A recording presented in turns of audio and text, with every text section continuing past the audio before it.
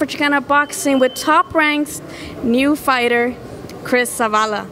Yeah, Chris, you just made your pro debut on Top Rank. How do you feel? Talk to us about how different it was from the amateurs to fight in, the professional fight. Definitely a different experience, new experience actually, and it was a good one. I really enjoyed the experience going through, just fighting, and especially with the southpaw. I just learned to be more careful, to pick my shots more, be more patient. But other than that, it's kind of the same thing. It's just no headgear. You gotta be careful with headbutts and stuff like that. But now it's a good experience, and I can't wait to go again.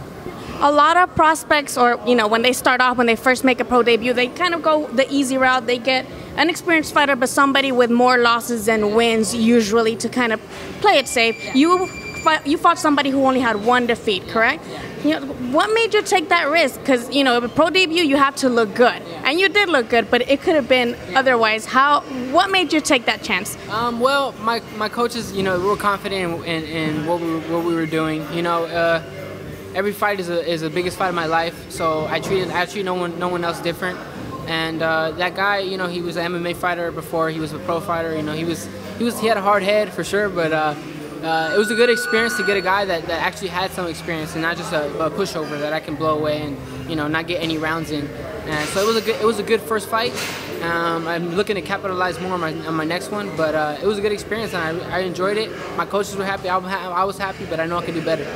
You dropped them on the third round. Yeah. Was there any, obviously you felt adrenaline, but did you feel like you had to finish him to, kind of put on a better show, or did you want to get the rounds in for your first fight? Oh, I wanted to finish, but I knew that he wasn't hurt as bad. I knew it was a flash knockdown, and he was hurt, but he wasn't as hurt as I wanted him to be, and he popped back up, but as soon as I started throwing, I noticed that he kind of caught himself, and no.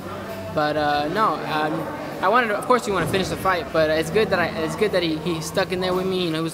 He came to win, but I capitalized on him, and that was that.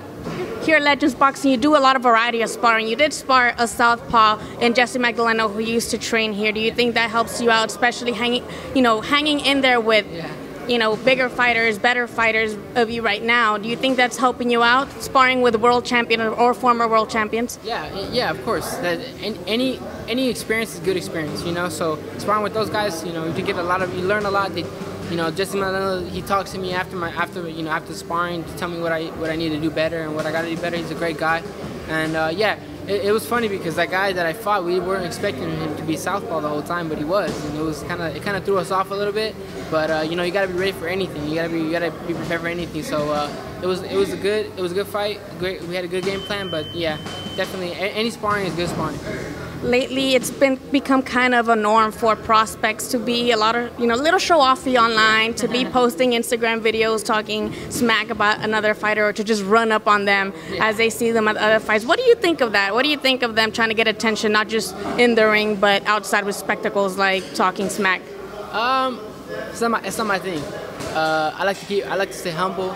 They want to call me out. They call me out. That's fine. But I'm fighting whoever's in my way. Whoever's standing in front of me. I'm not calling out anybody. I'm not here picking fights or trying to start drama here and there just for clout. I'm not this type of fighter. I've always been humble. I've always let my fist do the talking in the ring, and that's what I'm always do. But those guys, they do what they do. People they enjoy that. It's entertainment. You know what I'm saying? So that's how people like that, and sometimes they give it to them. But I'm not sure if I can be that type of person. I'm gonna be me no matter what.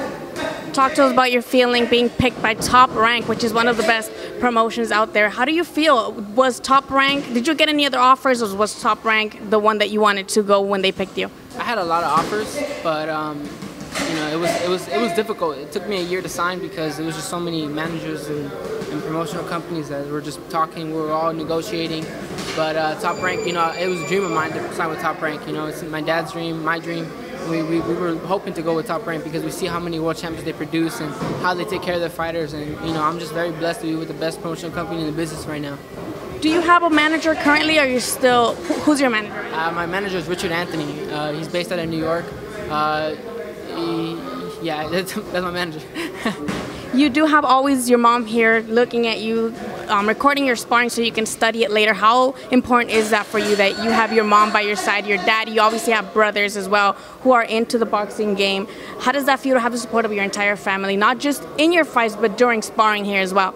Oh man, it's indescribable. You know, I couldn't thank them enough. You know, it's all love. It's all, and I do it for them. You know, I fight for them. So I'm very appreciative of my mom being here, recording me. You know, just helping me out, helping me. You know, even guiding me at times. So it's a good thing to have a good strong foundation in this sport, because it's a one-man sport. But as long as you got a good foundation, and you got a good family, you know, you got all the support in the world. You don't need nobody else. So I'm very blessed to have my family by my side, my dad by my side, and I just have a good foundation, and we're gonna grow together. Oscar Valdez just recently, well, Espinosa Boxing took to Instagram to announce that he was gonna leave Manny Robles to go fight, to go under Eddie Reynoso. What are your thoughts on that, since you guys were in training camp together for a while? Well, you know, he's got to do what makes him happy, or what suits him better. You know, if that suits him better, then so be it. You know, my coach Manny is a great trainer. He's one of the best trainers out there right now, and you know, I've been training with him since I was 9 years old. And I've just learned nothing but that. I've won national titles. You know, my dad trained me. He trained me. They always work together to help me out. But Oscar, wish him the best, and I hope he's happy where he's at, and you know, it'll show in his next fight. Let the fans know where they can follow you and where they can follow so they can see when you announce the next fight. My Instagram is Chris Zavala J, and my Twitter is Chris Zavala JJ. I'll be in Oakland, California on September 29th under a Top Rank card, and yeah, catch me there. I'll be there. Any name of an opponent yet, or you're still waiting to find out? No name yet. I don't think there's no pick for the main event yet, but there will be a show September 29th in Oakland, California. How difficult is it to go into a fight not knowing what style you're gonna face or who to prepare for? Well, you got to be prepared for anything, you know. So that's why I'm here at the gym every day. I'm sparring different guys, older guys, heavier guys, and I'm working with any styles that make me uncomfortable. You know, I got to learn to get comfortable with those styles. So that's what I'm doing every day. You know, that's what my coach is doing. My coach is making me do. He knows that it makes me uncomfortable, but they push me. They tell me I got to keep going, and I got to keep going with these guys, and just be prepared for whoever stands in front of me. You know, so it's a good thing I got here. Thank you for your time today, Chris. Thank you so much.